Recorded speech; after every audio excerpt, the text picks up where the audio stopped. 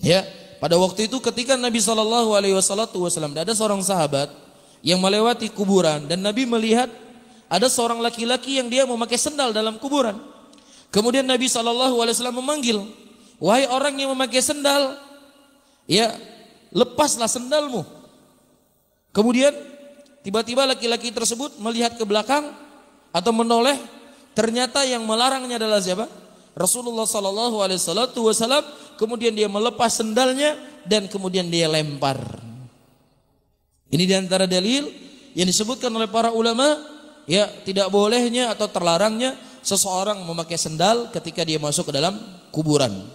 Dan juga di sini para hadirin dan hadirat yang dimuliakan oleh Allah, kita melihat bagaimana bersegeranya sahabat Rasulullah sallallahu alaihi wasallam ya menyambut dari perintah Rasul. Ya, setelah dia melihat yang melarang dia adalah Nabi sallallahu alaihi wasallam, dia tidak fikir banyak. Dia enggak mengatakan, "Ya Rasulullah, kenapa enggak boleh ya Rasulullah?" Karena saya enggak boleh langsung mengamalkan sesuatu sampai saya mengetahui hikmahnya. Kalau saya belum tahu hikmahnya ya Rasulullah, saya enggak mau mengamalkannya. Ini adalah agama orang-orang hari ini. Ya, setiap datang sesuatu dari Nabi sallallahu alaihi wasallam, ada saja yang dikiyah. Kiyah tahu kiyah? Ada saja yang dikiyah. Ada saja alasan, ada saja argumentasi yang intinya yang menolak hadis Nabi. Tetapi ketika ada cerita-cerita khurafat, cerita-cerita takhayul, cerita-cerita yang nggak masuk akal, ya nggak pernah dia tolak, dia terima mentah-mentah. Ya terkadang sambil menangis dia terima. Saya mendengar satu potongan video. Ada seorang laki-laki, dia menceritakan, ya dia datang ke kota Madinah. Pas sampai pintu kota Madinah, tiba-tiba datang Fatimah bintu Rasulullah sallallahu alaihi wasallam. Ini baru, masa kejadiannya baru, bukan di zaman dulu. Ketika Fatimah masih hidup. Kemudian Fatimah bertanya kepadanya, "Ya fulan, kemana engkau pergi?" Dia berkata, "Saya ingin mengunjungi Nabi sallallahu alaihi wasallam." Kemudian Fatimah berkata, "Rasulullah sedang pergi ke Tarim, mengunjungi Habib fulan di Hadramaut." Itu ceritanya sambil nangis. Yang menerjemahkan juga ceritanya sambil menangis. Itu dipercaya 100%. Percaya.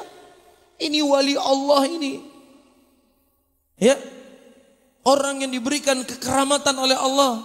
Tetapi ketika kita menyampaikan hadis-hadis dari Nabi sallallahu alaihi wasallam, kita menyampaikan ayat-ayat Al-Qur'an. Ya. Mereka inilah orang-orang yang lancang membawa ayat Al-Quran.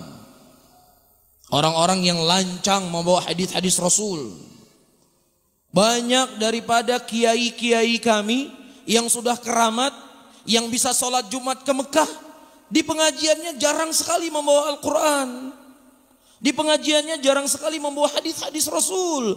Ini menunjukkan kecintaan mereka kepada Al-Quran. Ini menunjukkan kecintaan mereka kepada hadis Rasulullah. Jadi nggak menyampaikan Al-Quran, nggak menyampaikan hadis itu sebagai bentuk cinta kepada Al-Quran, sebagai bentuk cinta kepada Rasul. Begitulah syaitan membaliki sesuatu yang hak menjadi batil, yang batil menjadi hak. Nggak pernah diprotes cerita-cerita aneh. Ya Imam Fulan, ya dia berwudu selama 40 tahun sekali. Gimana coba? Wudu sekali. Lah kalau dia punya istri 40 tahun istrinya nggak disentuh, itu hukumnya apa kira-kira? Apa hukumnya kira-kira? Dia punya istri, istrinya nggak disentuh selama 40 tahun. Terus dia nggak tidur. Hah? Rasulullah sallallahu alaihi wasallam saja yang nabi, beliau beribadah, beliau juga tidur. Ya, dan beliau juga mendatangi istrinya. Tapi cerita seperti ini karena memang dikemas, dibungkus dengan retorika, dibarengi dengan suara tangisan, itu membuat sihir bagi manusia. Bisa difahami ya? Karena memang kebenaran itulah sesuatu yang berat para hadirin. Akan mampu dipikul oleh orang-orang yang mereka bersih hatinya. Tapi orang-orang yang mereka tidak bersih hatinya, ya kebenaran itu merupakan sesuatu yang sangat berat. Sangat berat. Oleh karena itu tidak ada sesuatu yang paling harus kita jaga lebih dari menjaga hati. Karena ketika hati kita bersih sangat mudah untuk kita menerima kebenaran tersebut.